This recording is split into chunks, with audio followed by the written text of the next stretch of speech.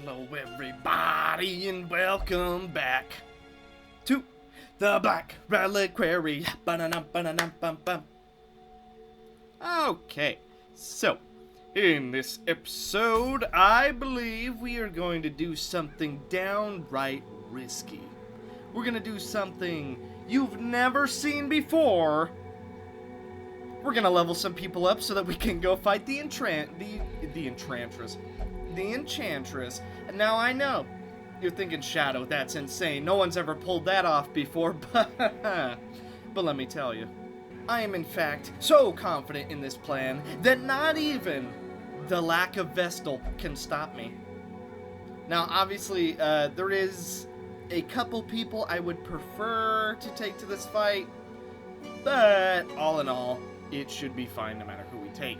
Also, I was told apparently Flame Girl she causes a lot of bugs, and it has to do with her pressure moves. Like pressure malfunction. Sorry, my nose is a little stuffy, so if I sound a little weird, it's not, I don't know, something's in the air, maybe I'm sick, who knows. But anyway, her pressure malfunction, her, where she does like her pressure and it increases the horror that she does, those moves, for whatever reason, have been a thorn in the developer's sides. So, hey, that's fine. All that matters to me is that we're able to fight this Enchantress, who, I'm just saying, if she wants to come on the Zeppelin after we beat her, you know, I believe in people reforming. I don't believe that anyone is truly evil, right? Except for the people that are truly evil. So what we're gonna do, we're gonna level a couple people. I'm thinking the Highwayman, I don't know, it's a little bit difficult. Man-at-Arms, he must be there. He is simply too good to leave. If we bring any sort of Amber Curse, we cannot bring Expiated because of the weird crashing that occurs. Now, I don't know if that occurs on everybody, or if it's only the Flame Girl, but I'm led to believe it is only the Flame Girl. However, I'm not going to be taking it to the boss. As much as I would like to, I'm going to choose just to not do that because I don't want to risk potentially soft-locking myself while we're against her. So Amber Curse is going to be a must. Word Reconstruction, it could heal for more, but it'll do. If we have both an Occultist and a Vestal, with a Man-at-Arms protecting everybody, I feel like this is going to be a legit team. Hey guys, look, another Vestal, and she's level 2. I wonder what could go wrong. Oh, she's faithless and clumsy? Darn. Taking her anyway. Okay, so mid-farming run. Looky here. Shard of Glass. 35% bleed skill chance, more damage taken, and bleed resist. But the 2 set is 50% damage reflection. Huh. Though we weren't fighting anyone really unique. This is a level 3 dungeon. We were fighting 2 archers and 2 Levantine grunts. And, yeah. We just randomly got his, Crimson Court trinket. Not sure why, but I'm not going to complain about it. At least not yet. I've been finding that the gold stacks are not worth it, especially when a Sapphire, 3 of them is already worth 3.9k gold. And then 5 Jades, each is worth 550. I mean, even the minor antiques are worth 500 each, and then the emeralds are worth 1k each, the onyxes are worth 750. The gold stacks really just aren't worth it. You really want to be going after these gems of any sorts. And then I've also discovered taking 2 sets of archaeology kits is absolutely the way to go. You are going to get so much gold back. Like, yeah, 800 is a lot just to spend on, like, 6 things. but it's worth it. I mean, look at this. We've used up 4, and I mean, just look at all the stuff we have. Like, we are loaded.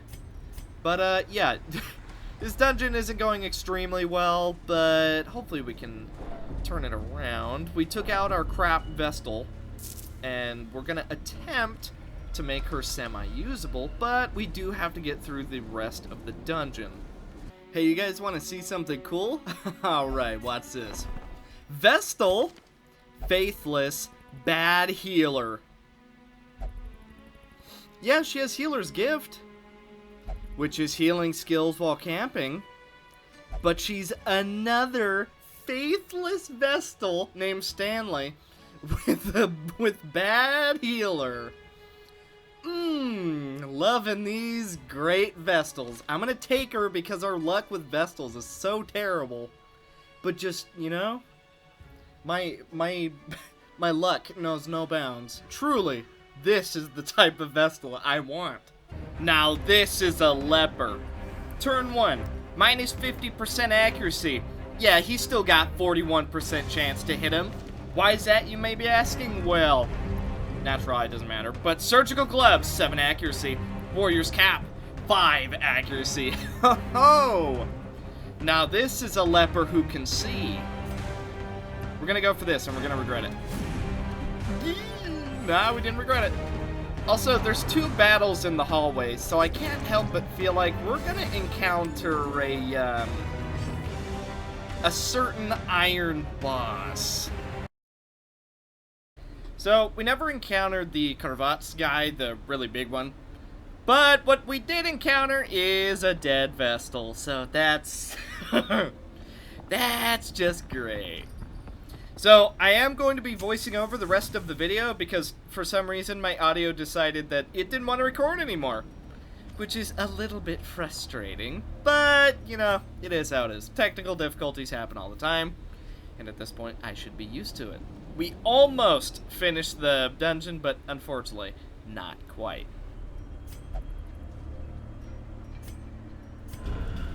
So, out of our 3 deaths, 2 of them have been Vestals.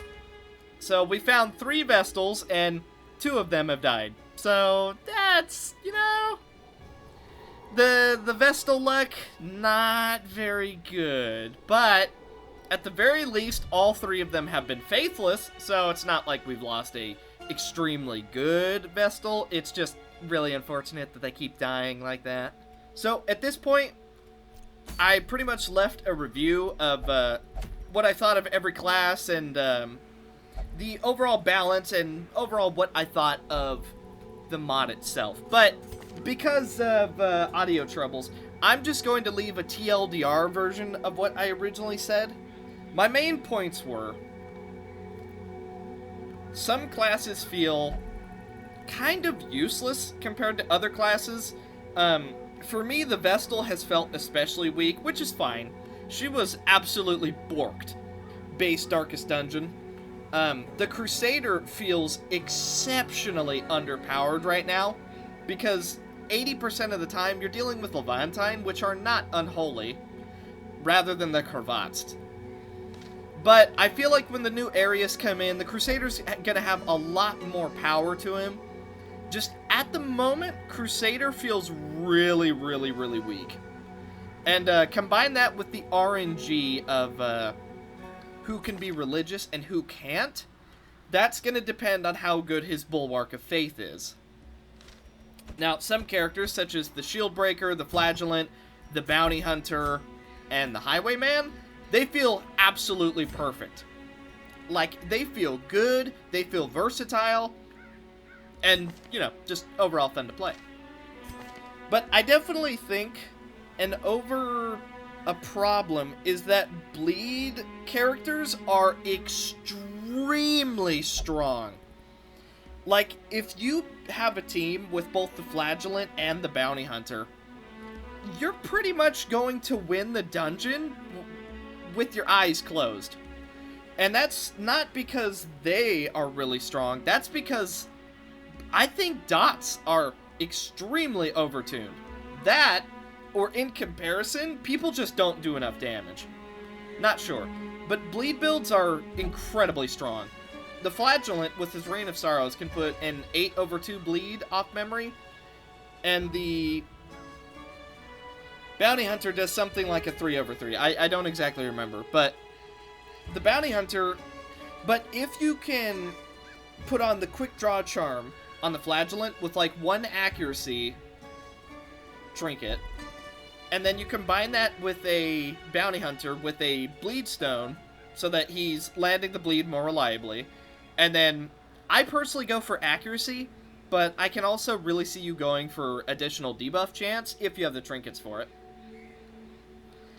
It is borked. Like, so you land the 8/2, 3/3, and then they're taking 15% more damage, right?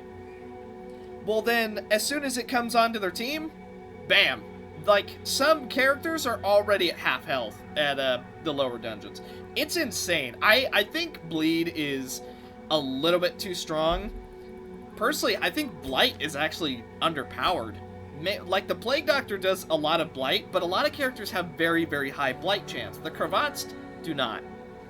So maybe that's what the issue is. Maybe the Crusader and Blight overall feels weak, because it's only like 20% of the time, if that you're going to be going against the Cravats.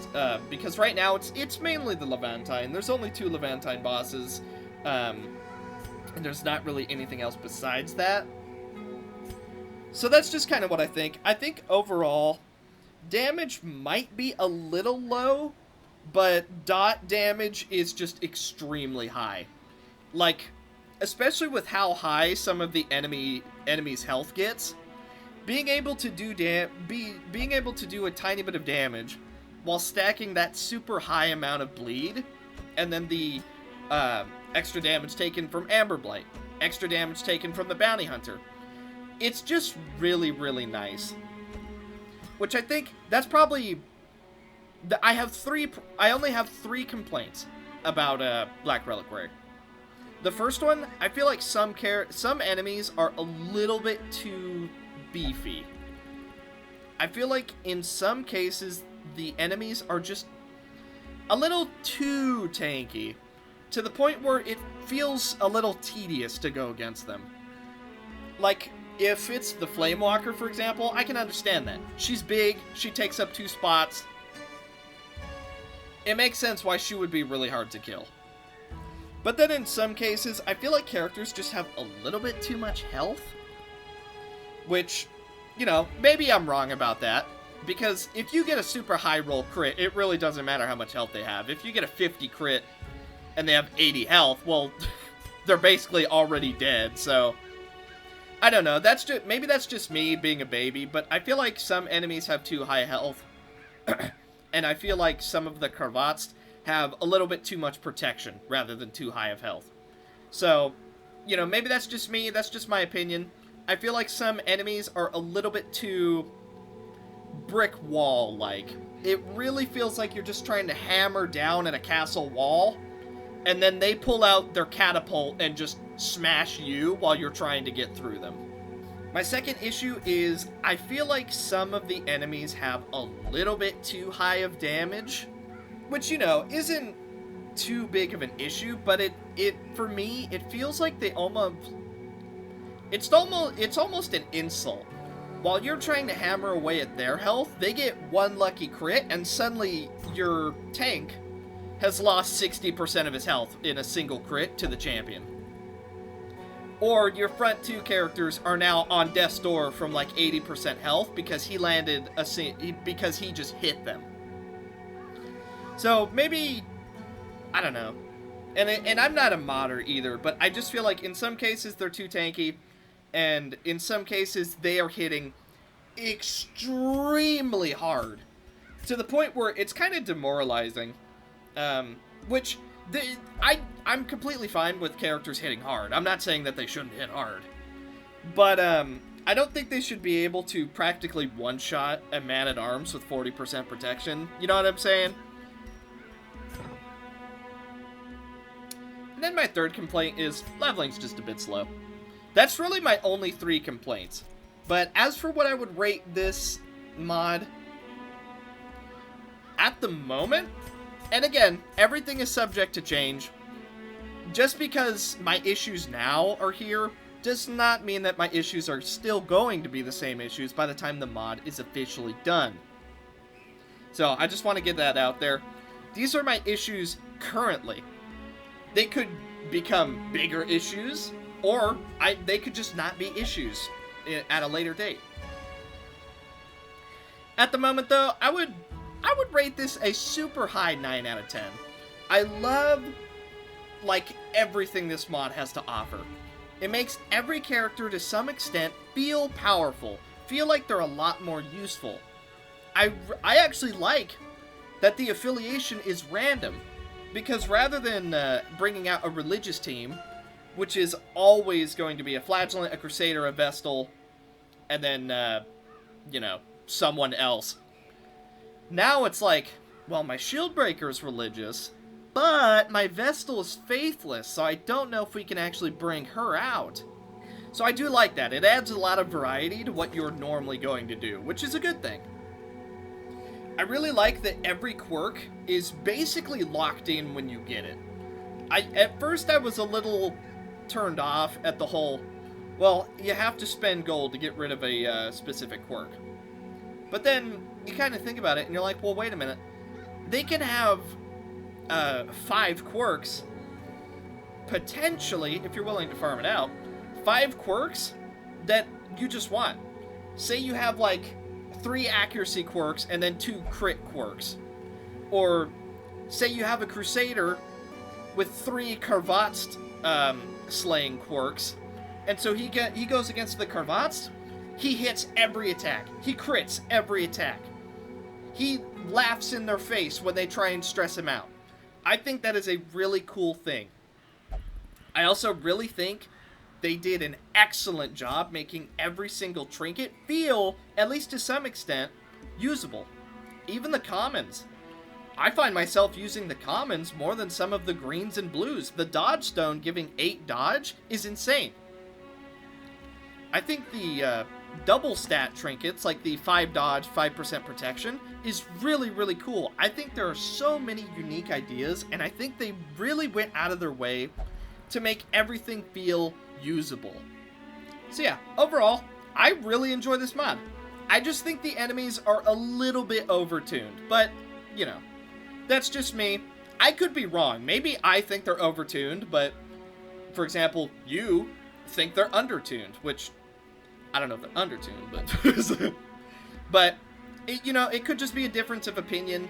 One man's trash is another man's treasure kind of situation, where I can say, oh, they're overtuned, but then someone else can say, well, actually, I think they're in a perfect spot. Which, yeah. Yeah, overall, that's what I would say. Those are my only 3 complaints. Some enemies are just a little bit chonky, and then it can be demoralizing when an enemy crits for like 80% of your character's health, followed by another crit, which puts them on death's door, and it's like, wow, I could really do a lot about that. I also, oddly, I think heals are really low, because some characters, base characters, have like 80 health, but then you heal for like 10 health, only to be hit by like a 22 non-crit from the trap. So, I don't know. Maybe, I think there's some, all in all, there's some number tweaks that need to be done, but regardless of that, 9 out of 10. Hey look, we found another Vestal! And this one is religious! So, out of our 4 Vestals, 1 was religious. Alright! This woman, this serpent is not to be underestimated. She takes no prisoners and leaves no survivors. Not only appointed by the Vizier, she knows well of our intentions. Aiding the Levantine Armada is secondary. To repel us from the Reliquary is her true purpose. She poisons this world, as she would try to poison us. So overall, getting to her, you know, not too much happened. There wasn't very many crits. Overall, stress wasn't too high. You know, there was no real danger while we were going there.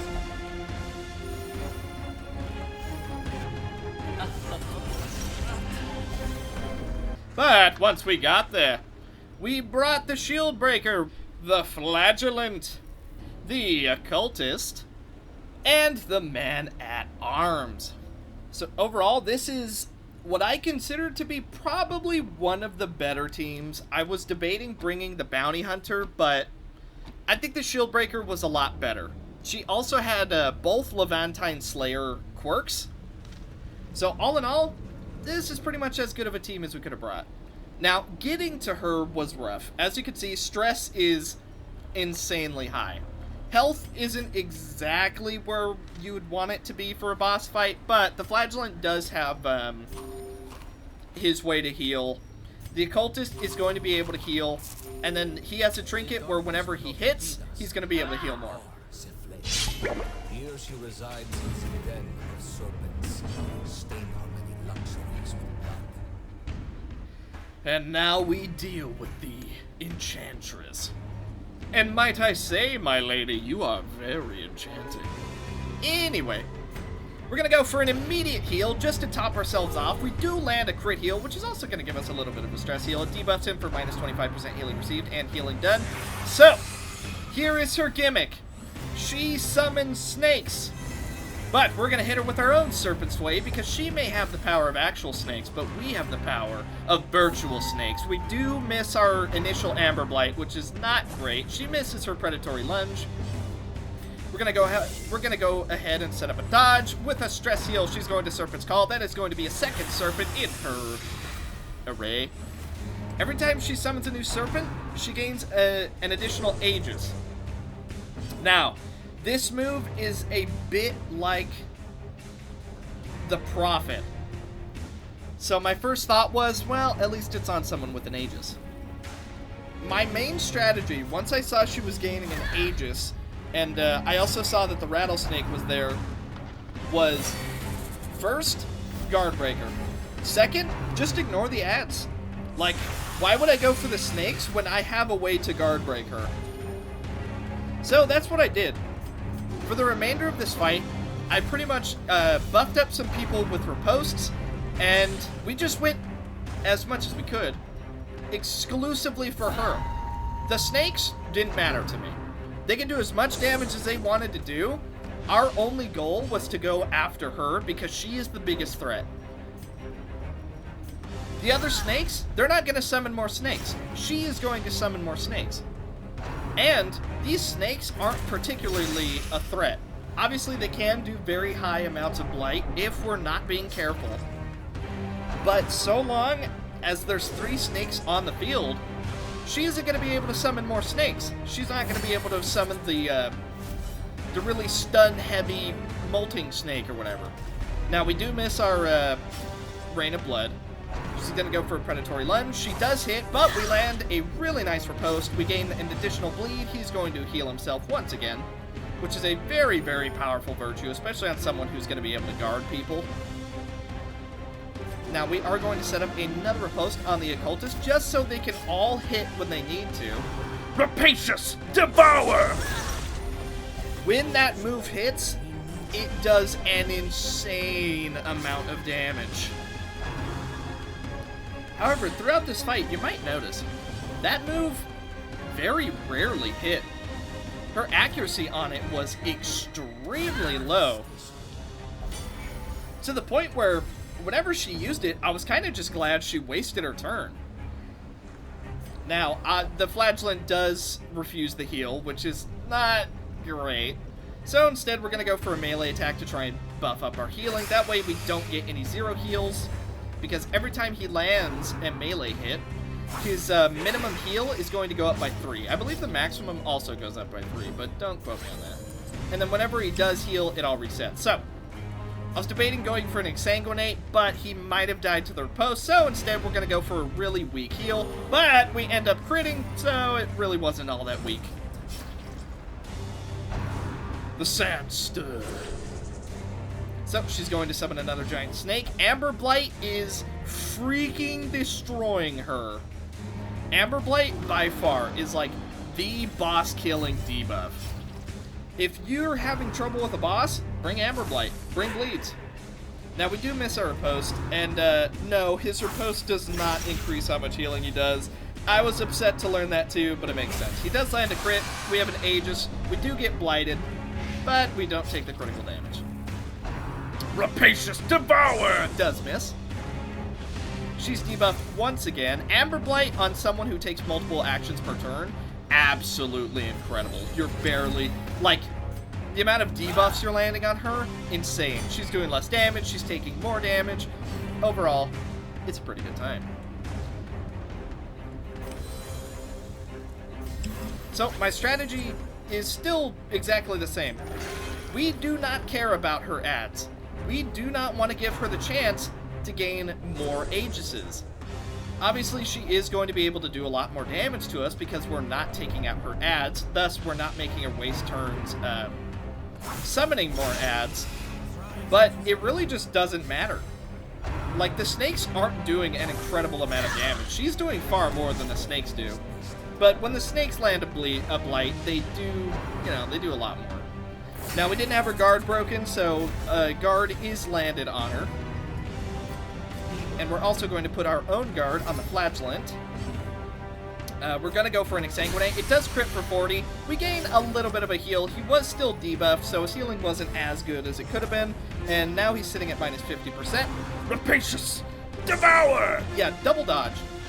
Like, I don't know if it was me just having way too much dodge or her not having enough accuracy, but that move practically didn't land. I think it landed once this entire fight. Spoiler.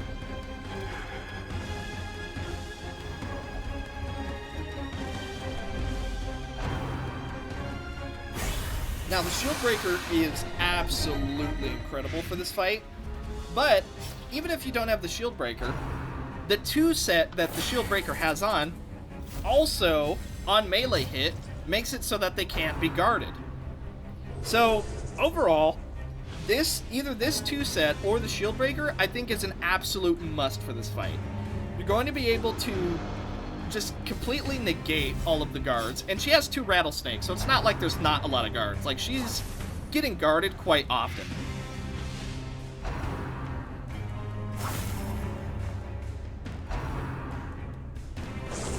Once again, Rapacious Devour does miss. I think the accuracy on that absolutely needs to get buffed. Like, it was almost sad wanting her to use that move because I knew it just wasn't going to land. We are going to set up a Serpent Sway, which is going to give her more speed, 2 Aegises, and overall going to keep her nice and safe. He's going to shuffle forward, not exactly what I wanted, but we're going to go for Rain of Sorrows, and that's going to land a blight, a bleed, a really high amount of damage, and it's also going to debuff. I was debating going for a hit, but instead we just go for a heal, and it's a really high roll, 31 heal. Gonna go for a Snake Bite. He does have 25% additional resistance, but it does land anyway. The Sand Stud. So, we got a double snake coming up. She does shuffle forward. We're gonna go ahead and just ensure that she cannot be guarded. Make sure at all times she cannot be guarded. And then, as long as we're not killing her ads, she is not able to gain more Aegises. And as you can see, these snakes, they're really not a problem. Double dodge again from that ability. Just it's really sad. It needs a lot more accuracy. Now, when it does hit, it's extremely dangerous. It just doesn't hit. I also think she could use some form of enrage mechanic, because even though she has a lot of health, she's kind of just not a threat. Like, I love how she looks. I love her aesthetics.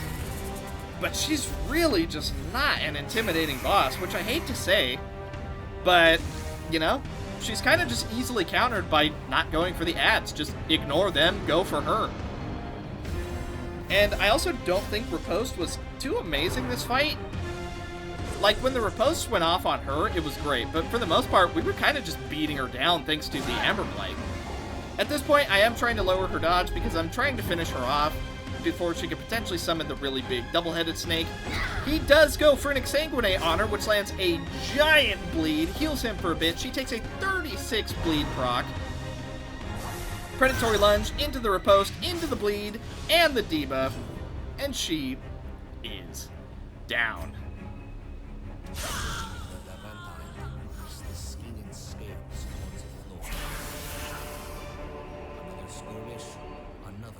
Now we do pick up a really interesting, very rare trinket. And then, of course, we get her special trinket for her 2-set. But that is the Enchantress. A serpentine demon hiding behind the veneer of human skin. A terrible threat to our very campaign. Committed to the sands and soils. Now, I mean, she did just try and murder us. But if she wants to come along, you know what I'm saying? She's welcome on board our Zeppelin. I'm just saying. She's welcome. That's all I'm saying. I'm just saying. But without further ado, that is currently the 2 bosses of the Black Reliquary. So we have finally finished the Black Reliquary. All in all, I think leveling took quite a while. Actually getting to her was a complete chore. But all in all, her fight is really interesting. I just think that particular move of hers needs more accuracy. And having some form of shield break or guard break is just completely overpowered against her. It removes pretty much half of the fight's challenge, being that, oh no, she's guarded. We have to go for the snake that's guarding her. If you have a guard break, you really can just go for her. And if you focus her down and ignore the ads completely, her fight is extremely simple. She's really just not dishing out enough damage. Or rather, her ads aren't dishing out enough damage for you to want to go for them. Because if you kill them, she's just going to resummon them and gain an Aegis. So it's kind of the case of, well, why would you? You could just go for her, and you're going to finish the fight significantly faster. Just let the riposte deal with the snakes. But all in all, this was a 25-week estate. We only had 3 deaths, 2 of which were Vestals. And I thoroughly enjoyed my time. But that is going to do it for this current patch, or the initial patch, of the Black Reliquary. This mod has extreme potential, and I cannot wait to see the other areas of this modded estate. I, of course, would really like to see some of the enemies as either skins or modded classes. That's just me. I've been saying that the entire time, but hey, call into the void enough, something might answer back. So, you know, if any of the devs, you know, they feel like making your boy happy, I'm just saying it. But fear not, my friends. When the sands call again, we will return. Bye.